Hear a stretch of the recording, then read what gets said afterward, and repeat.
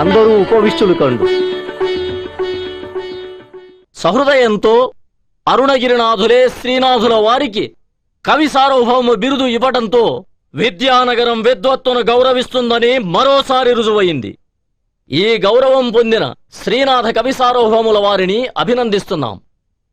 ఇంతటి సర్వతోముఖ ప్రతిభాశాలిని తమ విద్యాధికారిగా పొందిన పెదకోమటి వేమభూపాలుని ఆస్థానం ధన్యమైంది. ఈ శుభవార్త మీ ప్రభువులకు తెలియజేయబడుతుంది. మీకింకేమైనా కోరిక ఉంటే అనుజ్ఞ ఇవ్వండి కవీంద్ర.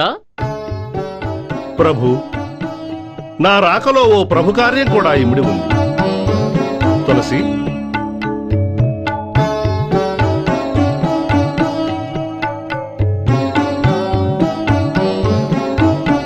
ఈ లేఖను పరిశీలిస్తే శ్రీ శ్రీ శ్రీ ప్రౌఢరాయల వారికే అంతా విశదమవుతుంది.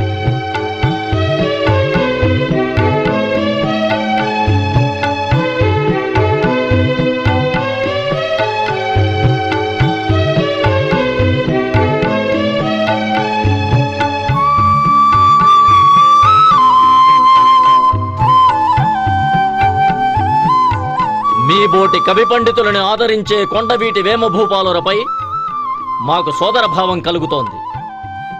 మీ ప్రభువాంఛిత నెరవేరుతుందని మా మాటగా చెప్పండి. ఏమైనా మీ ప్రభు కార్యదీక్షాదక్షత శ్లాఘనీయం కవీంద్ర. ధన్యుణ్ణి ప్రభు, నాకు మహదానందాన్ని కలిగించారు. నేను వచ్చిన కార్యం నెరవేరింది. పూర్తిగా సంతృప్తి చెందాను మహారాజా, పూర్తిగా సంతృప్తి చెందాను. మీ అసమాన పాండిత్యంతో మమ్మల్ని సంప్రీతుల్ని చేశారు. మీ నోట కవిత్వం ఇంకా ఇంకా వినాలనుంది కవీంద్ర. మిమ్మల్ని సంతృప్తిపరచాలని నాకు ఉంది మహారాజా. అయితే నా ఈ వివాదంలో ఎందరో కవుల్ని నిందించాను. మరల ఇదే నోటితో మిమ్మల్ని ఎలా కీర్తించగలను మహారాజా? మహారాజా, కవి సార్వభౌములకు వాగ్దోషం పోవడానికి కనకాభిషేకం చేయించండి. ఈ సరస్వతీమూర్తికి తగిన సత్కారం కనకాభిషేకమే. భళా, మంచి మాట చెప్పారు. శ్రీనాథ కవి సార్వభౌమునకు కనకాభిషేకానికి ఏర్పాట్లు గావించండి.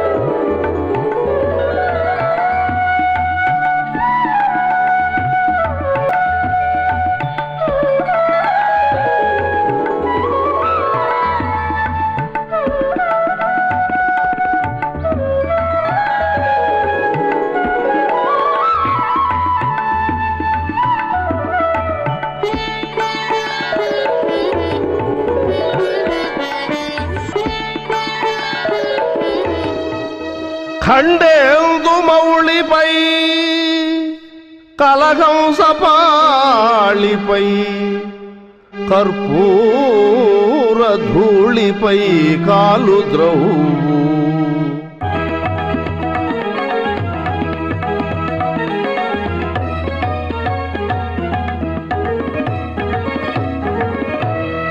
ఖండేందు మౌళిపై కలహంసపాళిపై కర్పూర ధూళిపై కాలు ద్రౌవు మిన్నేటి తెరలపై మించు తామరలపై మహిమంచు నురులపై మల్లరించు జంభారి గజముపై చంద్రికా రజముపై చందనధ్వజముపై చౌకళించు ముత్యాల సరులపై మొల్ల క్రౌవిరులపై ముదికల్పతరువుపై మోహరించు వెండి మల ఎక్కి శేషాగి వెన్నుదన్ని పొడరి దుగ్ధాబ్ధి తరగల తోడ నడరి నరతణం వాడి నీ కీర్తి నిండే అహగా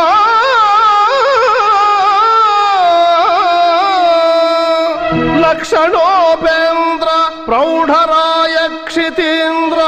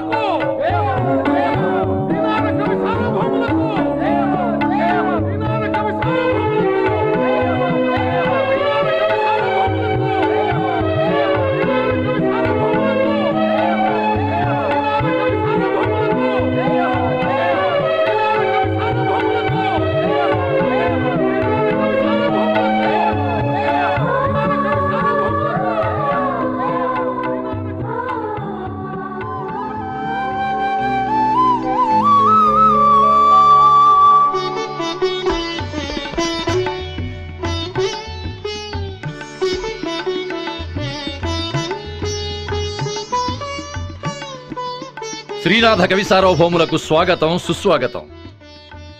విజయనగరం నుండి విజయలక్ష్మిని తోడ్కొని వచ్చినందులకు అభినందనలు. అంతా ఈశ్వరానుగ్రహం అమాత్య. అంచెగుర్రాల మీద ప్రౌఢరాయలు వర్తమానం పంపారు కవీంద్ర. కొండవీటికి కావలసిన సహాయం చేస్తానని రాజముద్రిక వేసి అభినందన పత్రాన్ని కూడా పంపారు. చాలా సంతోషం అమాత్య. మేము విన్నది నిజమేనా? మహారాజు గారి అనారోగ్య విషయమా? అవునమాత్య. ఆ వార్త తెలిసే విజయనగరం నుంచి హుటాహుటిన బయలుదేరొచ్చేశాం. అవును, పెదకోమటి వేమారెడ్డి గారు అస్వస్థులై ఉన్నారు. అయితే విజయనగరం విశేషాలు, మీ విజయ వార్త విని మహదానంద భరితులయ్యారు. ధన్యుండి అమాత్య. మీరు సాధించిన విజయం అసామాన్యమైనది. ఖడ్గంతో సాధించలేనిది కవిత్వంతో సాధించారు మీరు. సాహితీ జగత్తులో శాశ్వత యశస్సును సంపాదించుకున్నారు. కొండవీటికి గొప్ప పేరు తెచ్చిపెట్టారు. దక్షిణ భారతావనిలో ప్రౌఢరాయలు తిరుగులేని చక్రవర్తి. రణరంగంలో ప్రౌఢరాయలు, కవితారంగంలో డిండిముడు.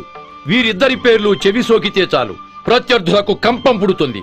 అలాంటి విజయనగర ఆస్థాన కవిని కొండవీటి ఆస్థాన కవి జయించాడనేది చరిత్రలో నిలిచిపోయే సత్యం. తెలుగు భాష ఉన్నంతకాలం సాహితీవేత్తలు స్మరించుకునే మధురమైన ఘట్టమిది. కృతజ్ఞతలు సింగనామాత్య. దానికి కొండవీడు యావత్తూ మీకు కృతజ్ఞతలు తెలియజేయాలి కవీంద్ర. కొండవీటిలో ప్రతి గుమ్మానికి తోరణాలు కట్టి స్వాగత సన్నాహాలు చేయవలసిన శుభగడియలివి. అయితే మహారాజు గారి అనారోగ్యం ఒక ప్రక్క, మరో ప్రక్క చేజారిపోయిన నందికంత పోతరాజు. ఈ రెండంశాలు అందరినీ అశాంతికి గురి చేస్తున్నాయి కవీంద్ర. నందికంత పోతరాజు అంటే పెదకోమటి వేమారెడ్డి గారి కులదైవమైన ఖడ్గం. అవును, ఆ ఖడ్గం అంటే వారికి ప్రాణం. ఆ ఖడ్గం ఏమైందమాచ్చా? ఆ ఖడ్గాన్ని ఉత్సవం నిమిత్తం మన సైనికులు కృష్ణానది ఒడ్డుకు తీసుకువెళ్లారు. తీసుకువెళితే సరిహద్దుల్లో ఉన్న రాచకొండ సైన్యం మన సైన్యంపై దాడి చేసి ఆ ఖడ్గాన్ని వాళ్ళ స్వాధీనం చేసుకున్నారు. హరహరా, అలా కులదైవమైన ఖడ్గాన్ని తీసుకువెళ్ళడం తప్పని రాచకొండ ఏలిక రావుసింగ భూపాలునికి తెలియదా? అది మనకు కులదైవం, కాని వారికి కృపాణం మాత్రమే. రగిలే పాత పగలు మర్చిపోలేక ఏదో విధంగా తమదే పై చెయ్యి అనిపించుకోవాలని చేసిన కృత్యమిది. అయితే మనం దండయాత్ర చేసి తెచ్చుకోవాల్సిందేనన్నమాట. దండయాత్ర జరపడానికి మహారాజు గారు అనారోగ్యంతో ఉన్నారు. యువరాజు రాచవేముడు ఆవేశపరుడే గాని అంత సమర్థుడుగాడు. అతనికి వల్లమాలిన ఆవేశం, పదవీకాంక్ష ఉంది గాని ప్రజల మీద గౌరవం లేదు. అందుకే మహారాజు గారు మనోవ్యాధితో మంచం పట్టారు. కులదైవమైన ఖడ్గం చేజారిపోయినందుకు కుమిలిపోతున్నారు కవీంద్ర. మనం ఎలాగైనా ఖడ్గాన్ని తిరిగి తీసుకుని రాగలిగితే మహారాజు గారి ఆవేదనని కొంత తగ్గించవచ్చు. ఎవరా పని చేయగలరు? రావుసింగ భూపాలని మెప్పించి ఖడ్గాన్ని తీసుకురావటం అంత సామాన్యమైన పని కాదు. అమాచ్చా, మీ ఆజ్ఞ అయితే నేను వెళ్లి ప్రయత్నం చేస్తాను. కొండవీటి కులదైవాన్ని ఎప్పటిలాగా కొలువుకు చేరుస్తాను. ఇంతకాలానికి తిరిగి వచ్చిన మిమ్మల్ని ఇంటి ముఖమైనా చూడనీయకుండా మరో రాసకార్యం మీద పంపటం అంత భావ్యం కాదేమో.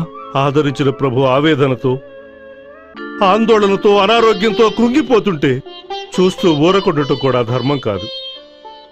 దుగ్గన్న, శ్రీదేవిని పరివారాన్ని తీసుకుని ఇంటికి వెళ్ళు. నేను రాచకొండ వెళ్ళి వస్తాను. అలాగే బావగారు. ఆ శారదాదేవి అనుగ్రహంతో అంతా సవ్యంగానే జరుగుతుందని భావిస్తాను. చేజారిన ఖడ్గంతో తిరిగి వచ్చి రాజదర్శనం చేసుకుంటాను. మీ ప్రభుభక్తి శ్లాఘనీయం. కొండవీడు మీ రుణం తీర్చుకోలేదు కవీంద్ర, తీర్చుకోలేదు.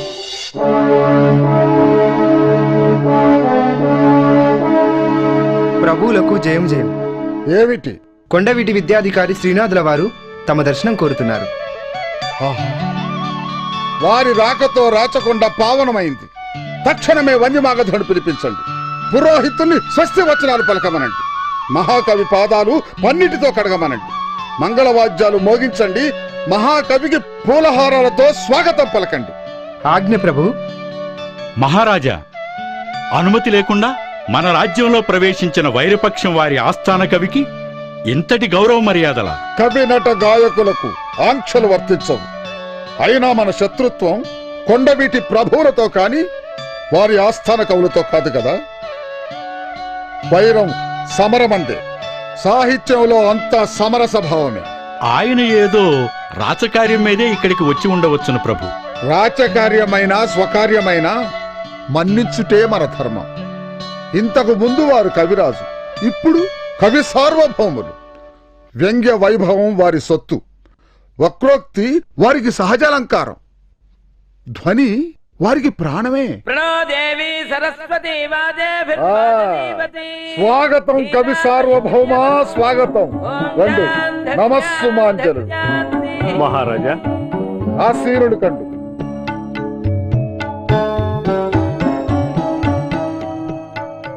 కవీంద్ర, అక్కడ కాదు కవీంద్ర, ఇక్కడ. మహారాజా, మా ఆసనం పైన. మీ ఆసనం మీద? రండి, కూర్చోండి. కుశలమే కదా? ధన్యుడి మహారాజా.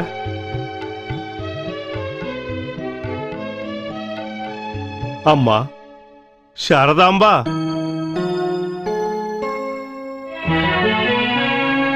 దీనారటంకాల తీర్థమాడించితి దక్షిణాధీషు ముత్యాలశాల పలుకుతోడైతి ఆంధ్ర భాషా మహాకావ్య నైషధ గ్రంథ సందర్భమునకు పగులగొట్టించితి ఉద్భట వివాద ప్రౌఢి గౌడడిండిమ భట్టు కంచుఢక్క చంద్రభూష క్రియాశక్తి రాయల యొద్ద పాదుగొల్పితి సార్వభౌమ బిరుదు ఎటుల మెప్పించదో నన్ను ఇంక మీద రావు సింగ మహీపాలు ధీవిశాలు నిండు కొలువున నెలకొనియుండి నీవు సకల సద్గుణని కురుంబ శారదాంబ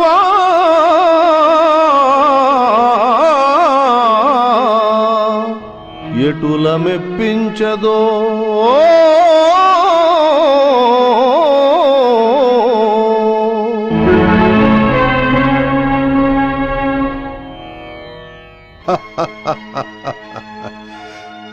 కవిశేఖరుడు లేని భయాన్ని అభినయిస్తున్నారు. వాదంలో ఎందరో కవి పండితుల్ని అవలీలగా జయించిన మీరు ప్రత్యేకంగా మా ఆస్థానంలో శారదాంబను ప్రార్థించడంలో గల అంతరార్థమేమిటి? మీ వాక్కులోనే వాగ్దేవి నాట్యం ఆడుతుంది. మహారాజా, మీరు కవి పండిత పక్షపాతులు, అందులోనూ విద్వత్ ప్రభువులు. రసార్ణవ సుధాకరము, రత్నపాంచాలికాది అనేక బహుగ్రంథ నిర్మాతలు. మీ రసార్ణవ సుధాకరము సాహితీ జగత్తులో ప్రామాణిక గ్రంథముగా కవి పండితుల చేత ప్రశంసలను అందుకొనుచున్నది మహారాజా. మహారాజా, సర్వజ్ఞనామధేయము శరువునకే రావు సింగజన పాలునకే రావు సింగజన పాలునకే ఉర్విని చెల్లున్ తక్కొరు సర్వజ్ఞుండనుట కుక్క సామజమనుట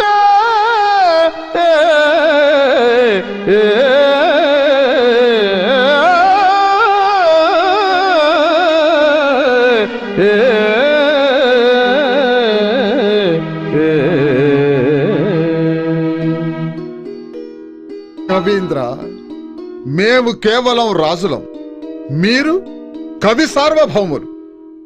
సరస్వతి సామ్రాజ్య పట్టాభిషిక్తులైన మీకు ఏ గౌరవం చేసినా అది తక్కువే. కొండవీటి పెదకోమటి వేమారెడ్డి మా మీద ఏ విజయం సాధించలేకపోయినా మిమ్మల్ని తన ఆస్థాన కవిగా నిలుపుకోగలిగాడు. అదే అతను మా మీద సాధించిన వ్యక్తిగత విజయంగా మేం భావిస్తున్నాం. శ్రీనాథుల వారు మా మీద వాత్సల్యం చూపిస్తే మేము అంతకంటే గౌరవంగా చూసుకుంటాం, మా ఆస్థాన కవిగా నిలుపుకుంటాం.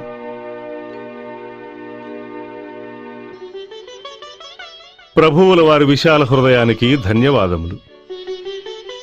పెదకోమటి వేమారెడ్డి అస్వస్థులై ఉన్నారు. రాజ్యం అల్లకల్లోలంగా ఉంది. ఈ స్థితిలో ఆయన్ని విడనాడి రావటం ధర్మమా ప్రభు? మునుగుతున్న నౌకను వదిలిపెట్టటం, కూలిపోతున్న చెట్టు నుండి కదిలిపోవటం విఘ్నతయే కదా. ప్రభువుల వారు మన్నించాలి. అది విఘ్నత కాదు, విశ్వాసహీనత. పెదకోమటి వేమారెడ్డి రాజకీయ పిత్తుగడల మాటటుంచితే వారు కవి పండిత పక్షపాతులు. వారు మమ్మల్ని ఎంతో ఆదరంగా చూస్తున్నారు మహారాజా. మా శత్రువుని మా ముందే పొగడవలసిన పనిలేదు. మేము అంతకంటే అపూర్వంగా ఆదరిస్తాం. మీ సన్నిధిని నాకింతటి బలిమి ఉండగా ఇంకా వేరే ఆస్థాన కలిమియల రావసింగ భూపాల? అడగకుండానే అర్ధసింహాసనాన్ని అనుగ్రహించిన మీ ఆదరణ అపూర్వం. అపూర్వం రావసింగ భూపాల, అపూర్వం. చెప్పండి కవీంద్ర, ప్రౌఢరాయల వారి ఆస్థాన విశేషాలేమిటి? ప్రౌఢరాయల వారు కనకాభిషేకం చేయించారు మహారాజా. విన్నాం. విశేష సత్కారం చేసి ఏమి కావాలో కోరుకోమన్నారట కదా. మరి ఏమి కోరుకున్నారు?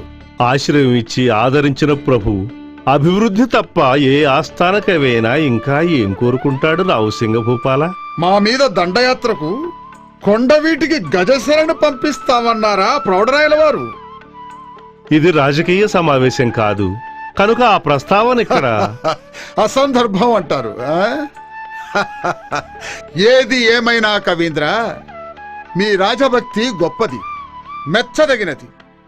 మీరు కొండవీటి ఆస్థాన కవులు అయినప్పటికీ మా రాచకొండకు అతిథిగా వేయించేశారు. మీకు అతిథి మర్యాదలు జరపడం మా ధర్మం. ఏం కావాలో కోరుకోండి. మీ రాకను పురస్కరించుకొని ఒక అగ్రహారాన్ని మీ పేర రాయించమంటారా? మణిమాన్యాలు కోరుకుంటారా? లేక ధన కనక వజ్ర వైఢూర్యాలు ఇమ్మంటారా? మీరేమిచ్చినా అందులో సగం నాదే. నాదైన దాన్ని తిరిగి నాకే ఇవ్వడం ధర్మమా రావుసింగ భూపాల? సగం మీద అదెలా?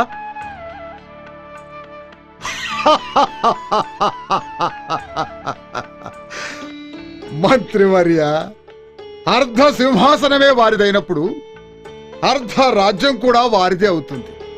ఈ దేశంలోని ఏ సంపదైనా అందులో సగభాగం వారిదే అవుతుంది. క్షమించండి కవీంద్ర, అర్ధరాజ్యం కాదు, మొత్తం రాచకొండే మీ అధీనం చేస్తున్నాను. ఆశీనులు కండి.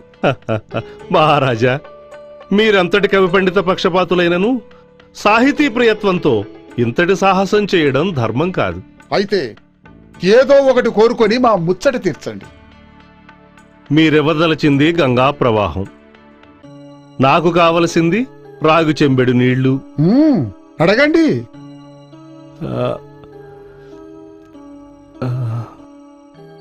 కొండవీటి రాజుల కులదైవమైన ఖడ్గాన్ని తమ ఆధీనంలో ఉంచారు. దాన్ని దయచేయమని ప్రార్థన. ఏం కావాలి? నందికంత పోతరాజును ఇప్పించమని ప్రార్థన. మీరేం అడుగుతున్నారో మీకు తెలుస్తోందా? మేము మా శత్రువులపై సాధించిన విజయాన్ని అడుగుతున్నారు. నేను కొండవీటి రాజుల కులదైవమైన ఖడ్గాన్ని అడుగుతున్నాను. దైవం ఎవరికైనా పూజనీయమే కదా మహారాజా. అయినా మీరు అడిగేది మంత్రివర్య ఆగండి. శ్రీనాథుల వారి కోరికను మన్నించటం మినహా మనకు మరో మార్గం లేదు. వారిని ఏం కావాలో కోరుకోమని మేమే అడిగాం. కవీంద్ర, మీ మీద ఉన్న గౌరవంతో మీ మాటను కాదనలేకపోతున్నాను. వేమారెడ్డికి మాకు వైరం ఉంది. తరతరాలుగా మా శత్రుత్వం కొనసాగుతూనే ఉంది. అయినా వారి కులదైవాన్ని మేము అగౌరవపరచలేదు. మా రాజ్యంలో ఉన్న వారి కులం వారికే దాన్ని అప్పగించి యథావిధిగా పూజలు జరిపిస్తున్నాం. అది మీకు తక్షణమే అందజేయబడుతుంది. ఎవరెక్కడ? నందికంత పోతరాజును తీసుకురండి.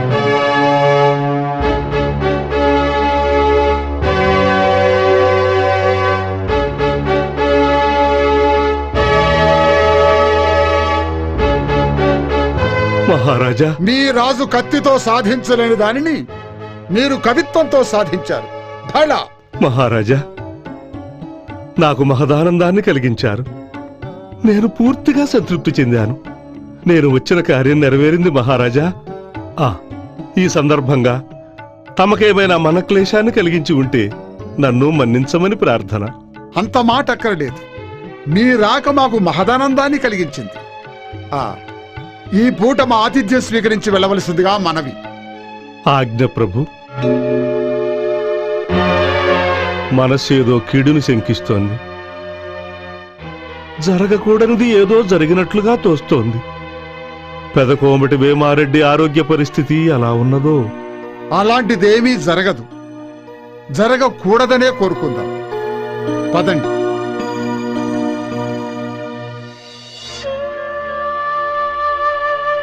పాపం రాచవేముడు ఎలా ఉన్నాడు? పితృవియోగ దుఃఖం భరింపరానిది. శ్రీదేవి, స్వామి, మహారాజు మరణించే సమయంలో దగ్గర లేకపోయామనే బాధ ఒక పక్క పీడిస్తున్నా, ఆయనకు అత్యంత పూజనీయమైన దైవ సమానమైన నందికంత పోతరాజును తీసుకురాగలిగామనే తృప్తి నాకు ఆనందాన్నే కలిగిస్తోంది. ఒక్కసారి కోటకు వెళ్ళి యువరాజును పలకరించి వస్తాను. అలాగే స్వామి. పాపం చిన్నవాడు ఎలా ఉన్నాడో ఏమిటో, వెళ్ళి ఒక్కసారి పలకరించిరండి. అలాగే స్వామి.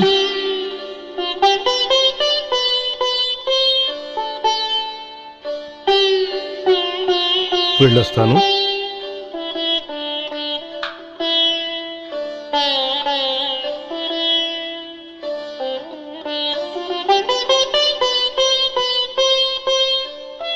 బయలుదేరే ముందు ఎక్కడికని అడగకూడదు, కానీ అడగక తప్పడం లేదు. ఎక్కడికి వెళ్తున్నారు బావగారు? అదేమిటి దుగ్గన్నా, అలా అడుగుతున్నావేమిటి? యువరాజు రాచవేముని పలకరించడానికి కోటకు బయలుదేరాను. వెళ్ళండి. మీరు అందచేయమన్న నందికంత పోతరాజును అందజేశాను. అందుకు నాకు ఘన సన్మానం చేశారు. మీరు వెళ్ళండి, మీకు సన్మానం చేస్తారు. ఏమైంది? యువరాజు రాచవేముడు ఎలా ఉన్నాడు? ఆయన ఇప్పుడు యువరాజు కాదు, మహారాజు.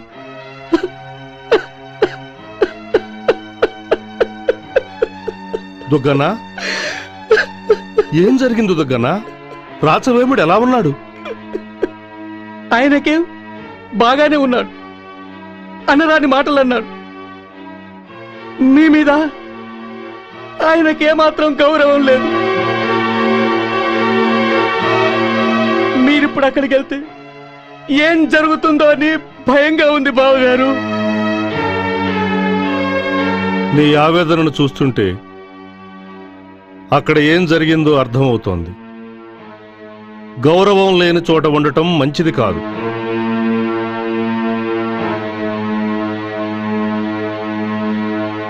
శ్రీదేవి, స్వామి. మనం కట్టుబట్టలతో ఈ రాజ్యాన్ని వదిలి వెళ్ళిపోతున్నాం. ఎక్కడికి స్వామి? ఏమో.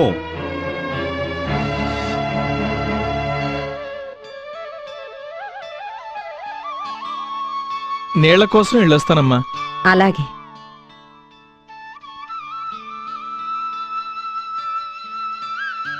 మీ బావగారేరు దుగ్గన్నా? బావగారు ఏదో కావ్యం రాయడానికి ఆలోచిస్తున్నట్టున్నారు. పలనాటి బ్రహ్మనాయుడి చరిత్రను జానపదులు చెప్పగా వింటున్నారు. అలాగా? అక్కయ్య, మన కొండవీటి పెదకోమటి వేమారెడ్డి మరణించాక మనకు గడ్డు కాలం ప్రారంభమైంది. కొండవీటిని వదిలి పల్నాడు చేరుకున్నాం. ఇక్కడ పడరాని పాటలు పడుతున్నాం. ఇవేవి బావగారికి పట్టవా అక్కయ్య? ఎలాంటి ఒడిదుడుకులకైనా చెల్లించకుండా ఉండడమే వారి లక్షణం. ఏనాడు సిరి సంపదల మీద వారికి ఆశ లేదు. అవునులే, ఉంటే కొండవీటి విద్యాధికారిగా ఉన్నప్పుడే ఒక అగ్రహారాన్ని దానంగా పుచ్చుకునేవారు. దాన శాస్త్రాలు వ్రాసి ప్రభువు చేత ఇతరులకిప్పించారు గాని తానెన్నడూ కోరుకోలేదు.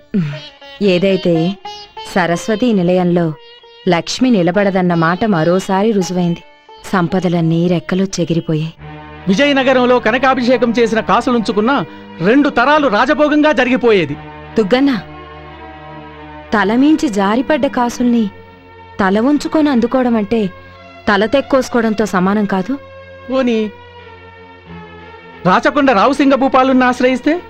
సింగభూపాలుడు తన కొలువులో ఉండమని ప్రాధేయపడ్డాడు. మీ బావగారు కాదన్నారు. మళ్లీ వెళ్ళడిగితే ఏం బావుంటుందని ఊరుకోనుంటారు. అక్కయ్య, కవిత, వనిత, లత ఆశ్రయం లేకపోతే శోభించవక్కయ్యా. ఈ రాజు కాకపోతే ఇంకో రాజు, అంతేకాని ఈ పల్నాడులో మనం ఉండలేమక్కయ్యా. కాలం కలిసి రానప్పుడు ఎవరు మాత్రం ఏం చేస్తారు దుగ్గన్న? నువ్వే దుగ్గన, తులసేడి, ఏదైనా వ్రాయవలసిన పని ఉందా బావగారు? అవునయ్యా, పలనాటి వీర చరిత్ర ద్విపద కావ్యంగా వ్రాయాలని మనసు వీళ్ళూరుతోంది. బ్రహ్మరాయుడు పౌరుష ప్రతాపాలు, నిప్పులలో దూకిన అతివల సాహసాలు జగద్విఖ్యాతం అయ్యేలా ద్విపద కావ్యంగా వ్రాయాలని మనసు వీళ్ళూరుతోందయ్యా. నీళ్ళెక్కడా దొరకలేదు గురుదేవా. చూశారా ఆ పరమేశ్వరానుగ్రహం ఎలా ఉందో? అవును, ఇదంతా ఆయన నిర్వాకమే. ముద్దుల భార్య గంగమ్మను నెత్తికెక్కించుకుని వదలటం లేదు. పరమేశ్వరా, సిరిగలవానికి చెల్లును తరుణుల 16,000 తగ పెండ్లాడం.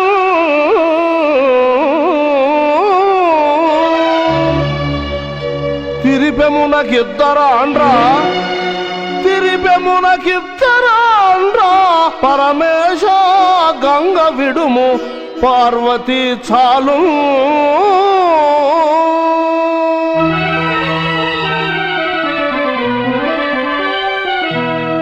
నీరే కాదు శ్రీదేవి, ఈ పలనాడులో అన్నీ అరకొరగానే ఉన్నాయి.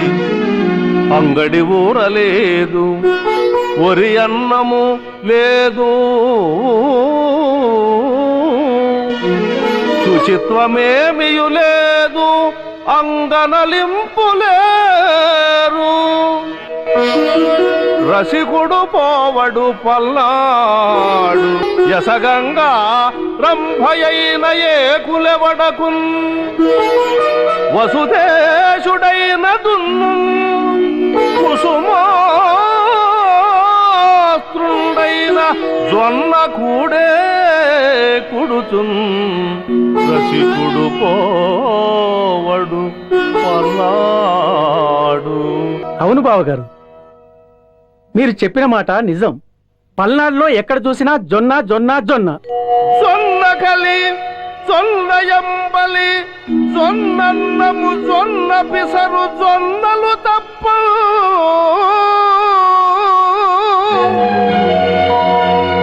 సన్నన్నము సున్న సుమి పన్నుగ పలనాటి సీమ ప్రజలందరికీ. ఆ